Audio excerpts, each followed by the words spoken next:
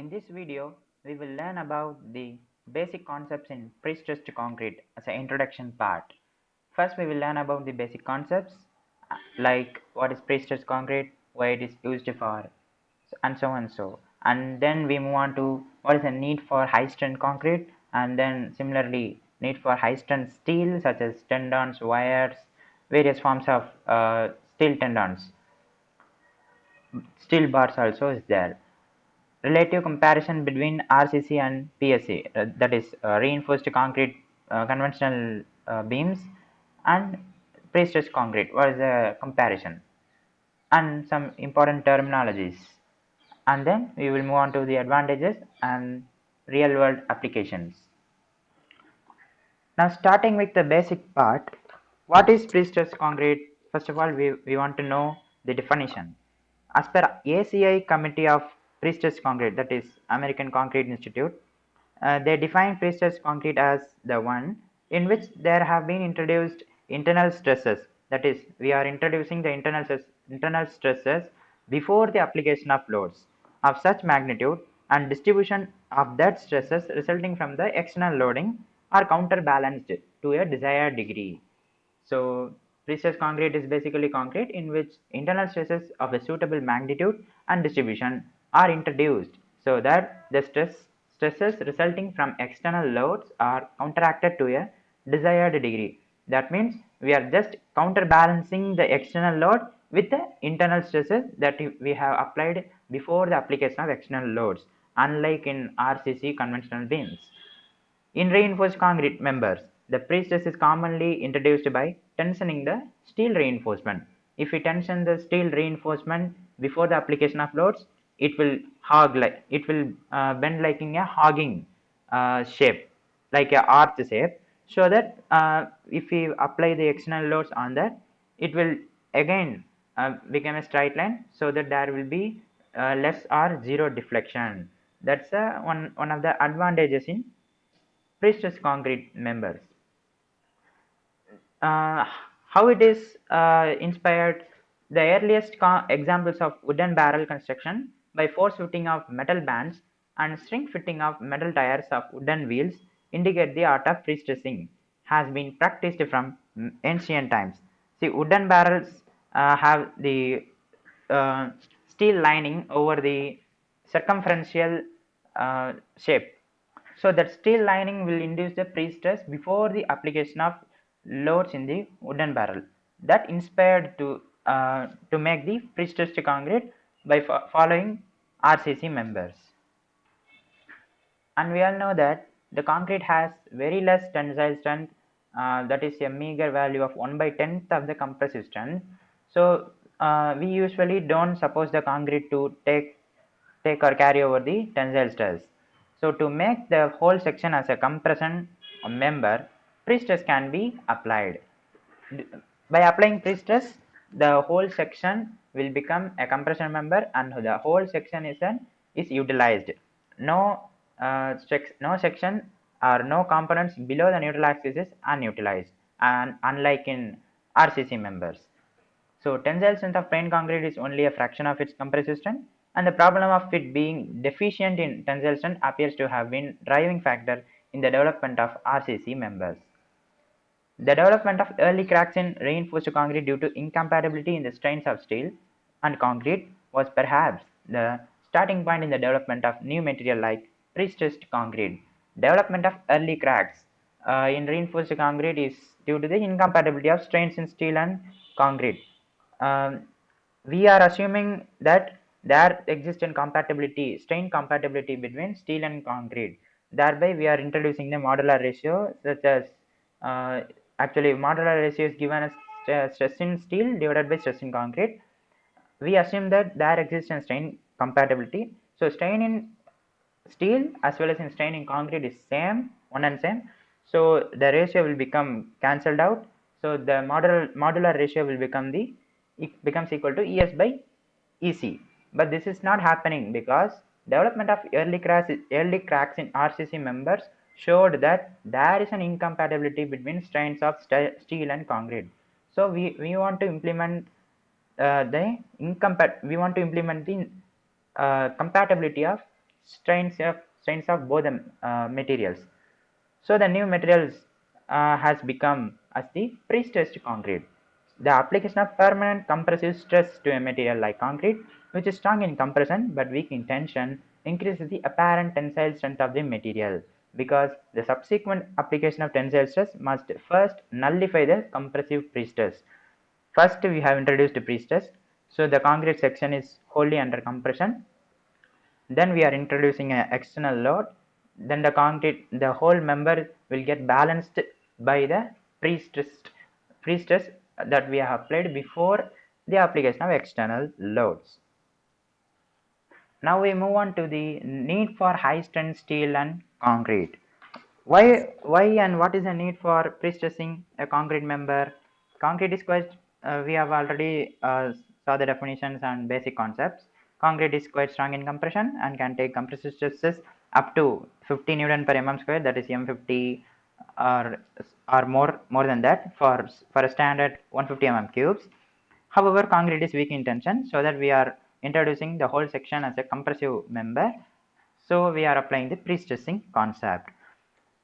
To apply those things, we need high strength steel and concrete. First, we shall see the need for high strength concrete by some points.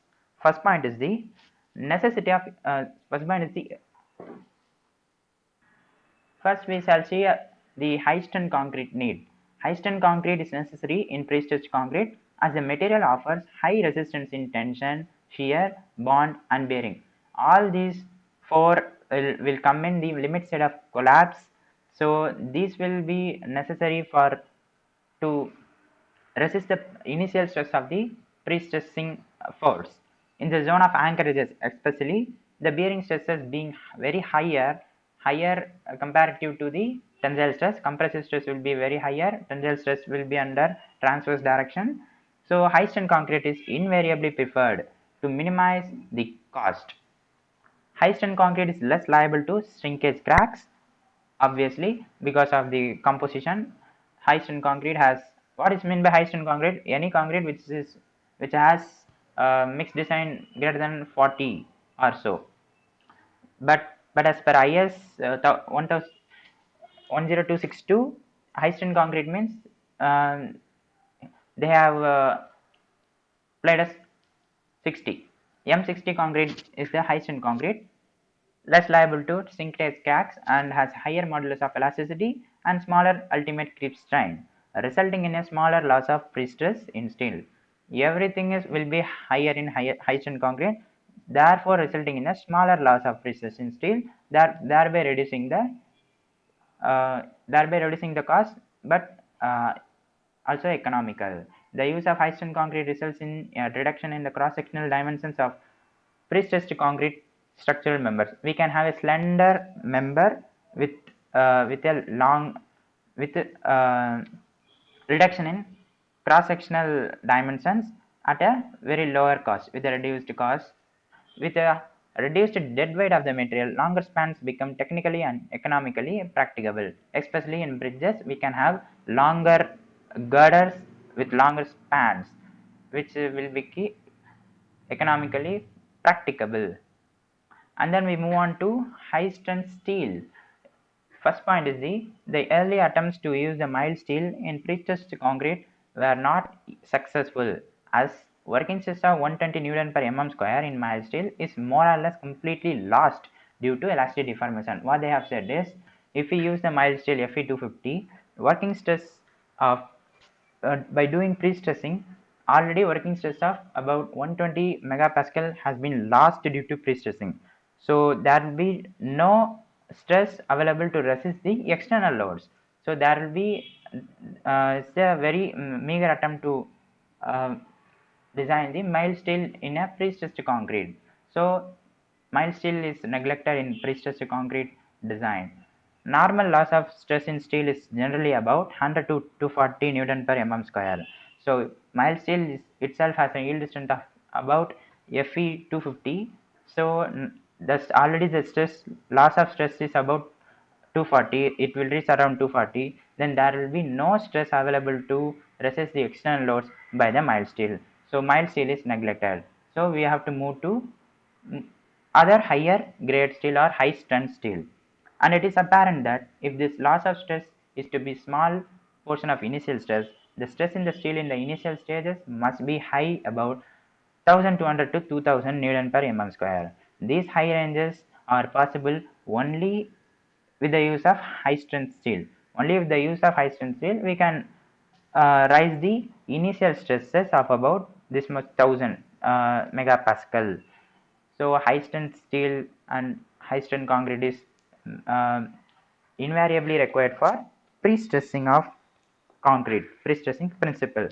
So if we summarize the need for high strength concrete in pre-stressing, first one is large bearing stresses. Due to large bearing stresses, we need high strength concrete at the by the anchoring devices. Uh, at the anchorage, there will be bursting stresses at the ends, so it cannot be resisted by low strength concrete. So we need high strength concrete. Stress transfer from tendons to concrete takes place due to bond between concrete and steel. Stress transfer from tendons to concrete takes place due to bond between concrete and steel. So high bond strength is needed invariably. So high bond strength is uh, is obtained from high strength concrete. With the use of high strength concrete, shrinkage cracks will become very lower. High strength concrete will have high modulus of elasticity. Modulus of elasticity is given by 5000 root FCK. So FCK will be larger than 40 Newton per mm square. So modulus of elasticity of concrete will become higher. Then there will be less crack strains, elastic strains, resulting smaller loss of pre-stressing force. Use of high strength concrete reduces the concrete members, thereby resulting reduces the size of concrete members. We can use the slender members with a longer span, thereby reducing the dead weight of the member. These are about the need for high strength concrete in pre-stressing. And then if you want to summarize the need for high tensile steel in pre-stressing, some reasons are there. There will be initial loss as much as about 240 Newton per mm square. So we need high strength steel, just more than 1200 to 2000 Newton per mm square, and the losses may range from 200 to 300 also. It can be. So mild steel and other low strength steel cannot be used for pre-stressing. Thereby we are moving for high strength steel. There are some criteria to make the high tensile steel. First one is there should be a carbon content increase of about 0.6 percentage to 0.85 percentage. This much increase in carbon content can induce the high tensile strength in steel. And some other impurities such as 0.7 percentage and 1 percentage of manganese, 0.05 percentage sulfur, and phosphorus with traces of silicon will induce the high tension strength in concrete. Usually strands are nothing but they have the diameter of about 2 mm to 5 mm. 2 mm to 5 mm diameter of bars is can be called as the strands wires. 2 mm to 5 mm wires can be called as the strands. And bond strength, we want to increase the bond strength between the concrete and steel to hold the stress transfer between pre-stressing in steel and then to concrete. So bond strength can be increased by the use of helical form. Helical forms of wires can be used to increase the bond strength. The tensile strength of steel wire decreases with the increase in diameter. If the wire diameter increases, the tensile strength will decrease. This is as per the IS code given by IS 1343. The tensile strength will decrease with the increase in diameter of wires. And then the high strength of bars can be achieved by alloying but not by cold working. Cold working process is done in the case of RCC members, but alloying process only has to be done in the case of PSC members. Alloying process is only done for PSC members, unlike in RCC members, cold working process. A strand consists of 3 to 7 2 mm to 5 mm wires. A strand consists of 3 to 7 2 mm wires. 2 to 5 mm wires of numbers 3 to 7. A stand consists of 2 mm to 5 mm wires. Numbers is 3 to 7. These are as per IS codes, and high tensile wires as has the modulus of elasticity of about 210 kilonewton per mm square. The modulus of elasticity of high strength steel is about 210 kilonewton per mm square, and IS code prescribes a minimum percentage elongation for wires as 2%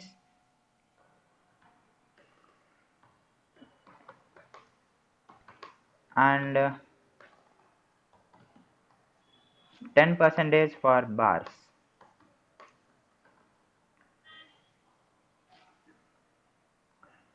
The size available in cold drawn stress relieved wires are 2.5 mm, 3 mm, 4 mm, 5 mm and 7 mm and as well as 8 mm. Size range for cold drawn wires.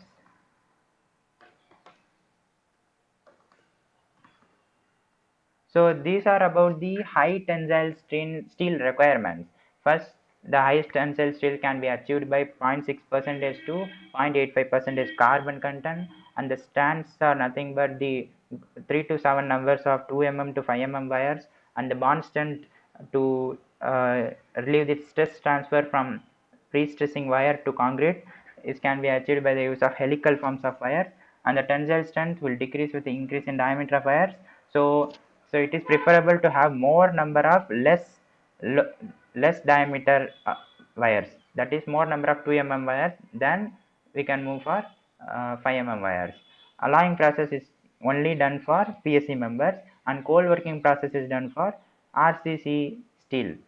Modulus of elasticity should be around 210 kilonewton per mm square. There should not be more than minimum percentage of elongation, 2.5 percentage for wires and 10 percentage for bars, and the size range of cold drawn wires is around 2.5 mm, 3, 4, 5, 6, 5, 7 and 8 mm. High tensile wires has the modulus of elasticity of around 210 kilonewton per millimeter square, whereas high tensile bars has 200 kilonewton per millimeter square, that is 2 into 10 power 5 newton per mm square, and in case of strands it is about 195 kilonewton per mm squared.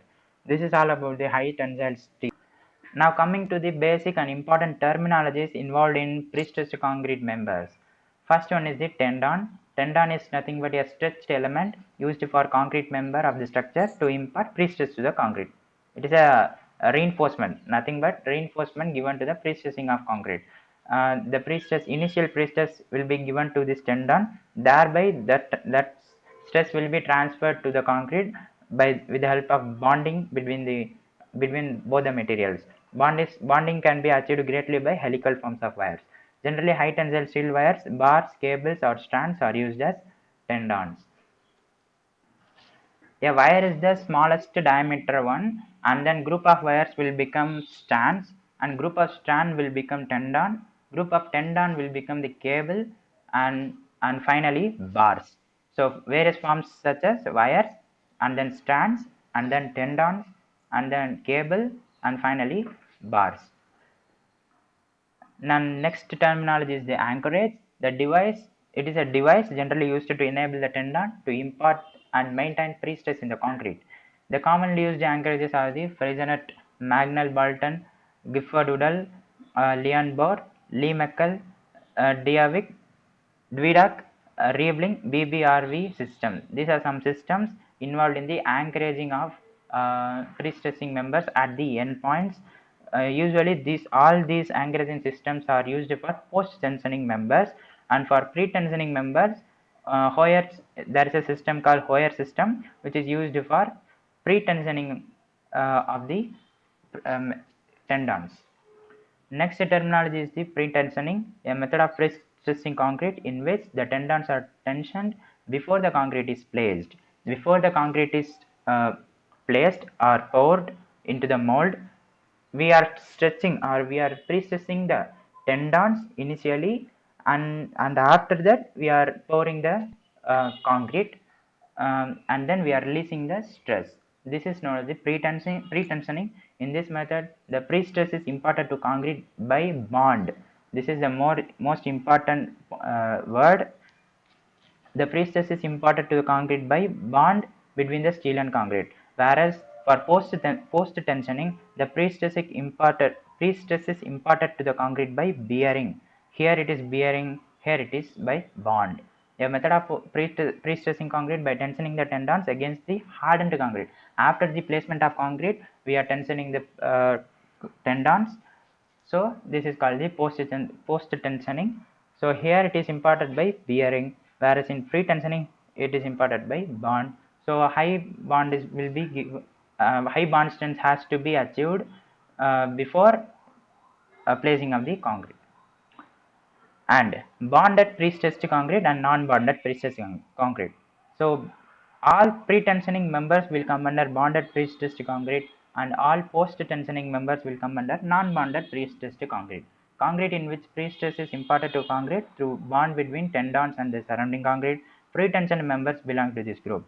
Similarly, non-bonded will be the method of construction in which the tendons are not bonded to the surrounding concrete. That is, the tendons will be inserted in the ducts formed before hardening the concrete. There will be some ducts placed before the hardening of concrete, and the tendons will be inserted inside the ducts, and then we will tension or we will possess the initial stress to the tendons without the bonding between concrete and steel. So bearing is the action to transfer the stress in steel from stress in steel to concrete. Then full pre-stressing and limited partial pre-stressing and moderate pre-stressing. In full pre-stressing, pre-stressed concrete in which tensile stresses into concrete are entirely obviated at working loads by having sufficiently high pre-stress in the members. That is, there is no tensile stresses in the concrete. The concrete will be held under compression. Whereas in partial pre-stressing, degree of pre-stress is applied to concrete in which there will be a tensile stresses to a limited degree that are permitted in the concrete under working load. Concrete has minimum tensile strength of about less than of about 1/10th of the compressive stress. That is, if the concrete has designed for M40 or M50, then the tensile strength of concrete is nothing but 4 Newton per mm square, or for M50 it is 5 Newton per mm square. So that limited degree, if we permit the concrete to accept the tensile stress, this is known as the partial pre-stressing. In this case, in addition to the tensioned steel, a considerable portion of untensioned reinforcement is generally used to limit the width of cracks developed under service load. What is meant by that? First we are applying the tendons, pre-stressing to the tendons, and also there is reinforcement. There are bars, as like in RC members, with no pre-tension. Why it is used? Not to take the loads, but to limit the width of cracks developed under service loads. That is limit state of serviceability deflection criteria. And what is meant by moderate pre-stressing in this type? No limit is imposed upon the magnitude of tensile stress. If we possess the limit to the tensile stress, it is called limited or partial. If we possess no limit to the tensile stress at working loads, then it is called moderate pre-stressing. And according to Leonhardt, this form of construction is not really prestressed concrete, but it is to be regarded as reinforced concrete, that is RC conventional concrete with reduced cracking, and the sections should be analyzed according to the rules of RC concrete as a case of bending combined with the axial force. So moderate pre-stressing is nothing but it is equivalent to the RC conventional uh, member only. And so far we have completed some major terminologies such as tendons, anchorages, pre-tensioning, post-tensioning, bonded and non-bonded pre-stressed concrete, fully pre-stressing, limited and moderate pre-stressing. Okay, now we move on to axial pre-stressing. What is meant by axial pre-stressing? Members in which the entire cross-section of concrete has a uniform compressive pre-stress. In this type of pre-stressing, the center of the tendons coincides with that of concrete section. That is a concentric tendon. Uh, that is known as the axial pre-stressing. There is no primary moment in this axial pre-stressing concept. And now we move on to the another some important terminologies such as eccentric pre-stressing and concordant. Eccentric pre-stressing is nothing but there will be some primary moment due to the pre-stressing, that is P into E. There will be some eccentricity in the eccentricity between neural axis and the axis of tendons or the steel. The section at which the tendons are eccentric to the center resulting in triangular or trapezoidal compressive stress distribution is the eccentric pre-stressing. Concordant pre-stressing means what? A pre-stressing of members in which the cables follow the concordant profile. What is concordant profile? The profile of bending moment diagram itself is the profile of tendons. That is the profile of tendons placed in the concrete member just coincides with the profile of bending moment taking place due to the external load or external actions. So it is known as the concordant profile. In the case of statically indeterminate structures such as continuous beam, concordant pre-stressing does not cause any change in the support reactions. Non-distortional pre-stressing. In this type, the combined effect of the degree of pre-stress and the deadweight stresses in such that the deflection of the axis of the member is prevented. So non-distortional, the name itself says no distortion in the pre-stressing. So there will be no deflection. Deflection of the axis of member is prevented. There will be zero deflection. In such cases, moments due to pre-stress and deadweight exactly balanced, resulting only in an axial force in the member. What it means, moments due to pre-stress, that is P into E, that is hogging moment, minus P into E actually, negative moment, that moment magnitude is equivalent to the magnitude of moment given by the external dead weight. So actually dead loads, live loads are external loads. Not only live loads are external, but also dead load also is an external load we have to consider. Dead load or dead weight is not an internal load. Dead load is itself is a external load, that is nothing but 24 into size of the member. Uniaxial, biaxial and triaxial pre-stressing. The term refers to the cases where concrete is pre-stressed in only one direction, means uniaxial. In two mutually perpendicular direction means that is x, y or y, z or x, z. So it is called biaxial. And three mutually perpendicular direction means triaxial pre-stressing. Circular pre-stressing means circumferential in tanks and pipes. So term refers to pre-stressing in round members or circular members such as tanks and pipes. What is transfer is the most important term. The stage corresponding to the transfer of pre-stress to concrete. Pre-stressing is given to the tendons. That stress has to be transferred to other material called concrete by by the influence of bond between those two members in case of pre-tensioning, by the influence of bearing in case of post-tensioning. For pre-tensioned members, transfer takes place at the release of pre-stress from the bulkheads. Bulkheads means nothing but the anchorages. Anchorages gives the initial pre-stress. That initial pre-stress has to be transferred from steel to concrete. So for post-tension member, it takes place after the completion of tensioning process. Supplementary or untensioned reinforcement. Reinforcement in prestressed members not tensioned with respect to the surrounding concrete. We have seen like this in moderate prestressing. In moderate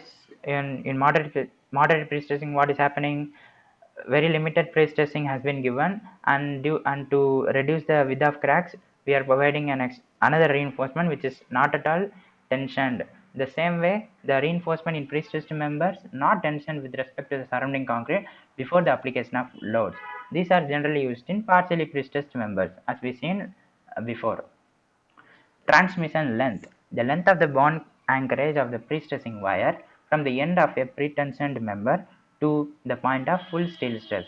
It is obviously the line itself is a meaning. There is no difficulty. And cracking load, the load on the structural element corresponding to the first visible crack. First visible crack, when there is then there is a visible first crack due to the some loads. That load is known as the cracking load, and the moment applied due to that load is known as cracking moment. And the crack width as per IS code should not exceed 0.1 mm and 0.2 mm, 0.3 mm for any criteria. 0.1 mm for very medium criteria or normal criteria, 0.2 mm for some wind or shore conditions, 0.3 mm for any worst conditions. Crack width should not exceed 0.3 mm at any condition. And creep in concrete. Creep means sustained load. Progressive increase in the inelastic deformation of concrete under sustained stress component. Due to creep in concrete, there will be an decrease in Young's modulus or modulus of elasticity by 1 plus theta. That is, E creep is equal to Es divided by 1 plus theta. Theta is the creep. And shrinkage of concrete, shrinkage is nothing but the contraction of concrete on drying. Relaxation in steel means the decrease of stress in steel at constant strain. That is important. Decrease of stress in steel at constant strain. At constant stress, there will be an increase in strain. That is nothing but yield plateau in mild stress strain curve for mild steel. When there is you have already seen the stress strain curve for mild steel. First, there will be a limit of proportionality curve, and then there will be an increase in slope of the curve at the height. There will be upper yield point, and there will be a lower yield point, and then there will be some constant increasing strain with at a constant stress. So that is nothing but the yield plateau for mild steel stress strain curve. Similarly, for relaxation in steel, decrease in stress in steel at constant strain. At constant strain, there will be a decrease in stress, but at constant stress, there will be a increase in strain. That is yield plateau. If we want to find the definition for relaxation in steel, it is nothing but the decrease of stress in steel at constant strain. And proof stress. Why proof stress? There will be no definite yield point for many steels except the Fe250 mild steel. So we want to offset the offset the stress strain curve by some percentage. That percentage is nothing but the 0.2 percentage, which is known as the proof stress.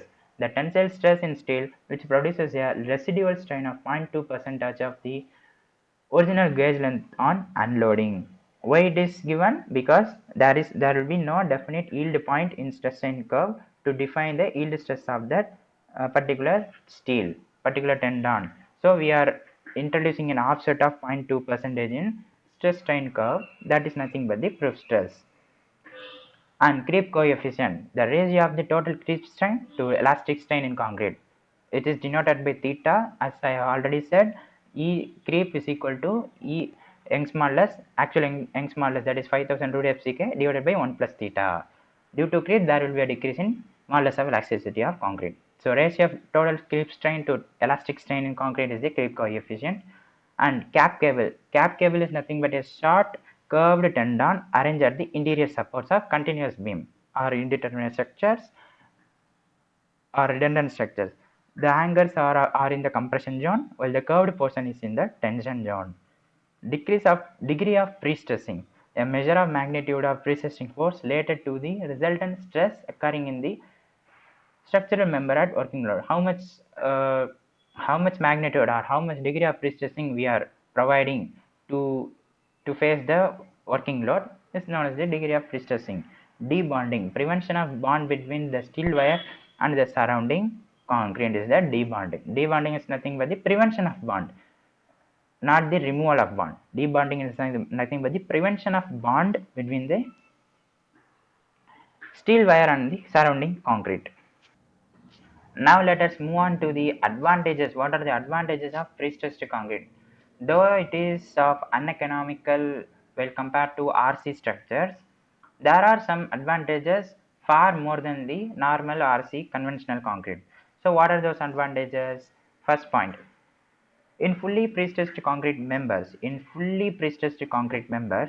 are free from tensile stress. Actually, fully prestressed concrete members means there is no tensile stress, and the section will be wholly under compression. So under working loads, the cross section is utilized more efficiently. So first point is nothing but the more efficient usage of the cross section in case of fully prestressed members. So there will be no tension, no tension carried over by the concrete. Only the full section will be under compression only in case of fully prestressed concrete members. It is one of the advantage because the section is wholly utilized. No part of the section is unutilized. Next point, the permanent dead load can be nullified by increasing the eccentricity of prestressing tendons.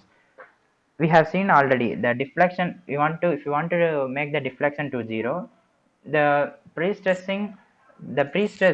has to be nullified by the dead load in such a way that we want to place the tendons in an eccentricity from the CG of the beam. So eccentricity uh, nullifies the external load. Eccentricity of tendons nullifies the external loads by providing zero deflection and zero crack or minimum crack. And the next third point is pre-stressed concrete members offer improved resistance against shear forces.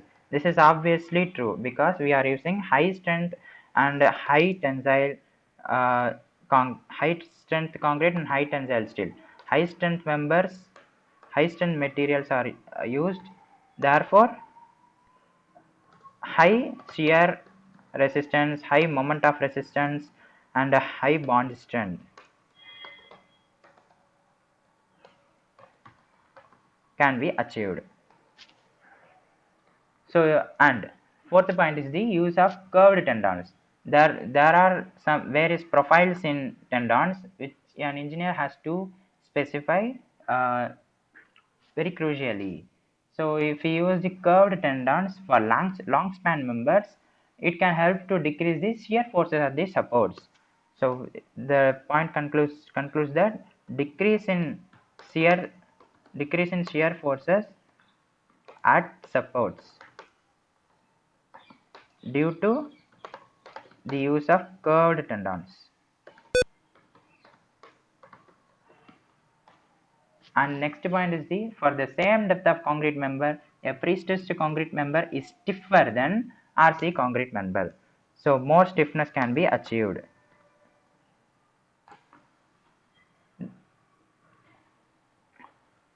But there is one disadvantage. If the cracks appear in pre-stressed member, then behavior of pre-stressed concrete member will be very similar to the conventional RC member. So there should be no cracks. Should be ensured that there should be no cracks in pre-stressed concrete member. If there occurs the cracks, then the section will be just like that the normal RC member. And use of high strength concrete and high strength steel results in smaller sections. So as already seen, smaller size can be achieved. That is, slender members with a longer span can be achieved by use of high strength materials. Pre-stressing the concrete members improve the ability of concrete member to absorb impact loads. Impact loads means shock loads. With shock loads means the material should have more toughness. So high strength materials have more toughness, more modulus of elasticity, more toughness. Every strength criteria will be more. So impact loads can be more absorbed by the pre-stressing concrete members more efficiently when compared to RC members. Prestressing is especially used for long span structures and to reduce the um, size of the cross-sectional size. Long span members, long span structures can be constructed by the use of prestressed concrete, and it is more economical when compared to RC long span members because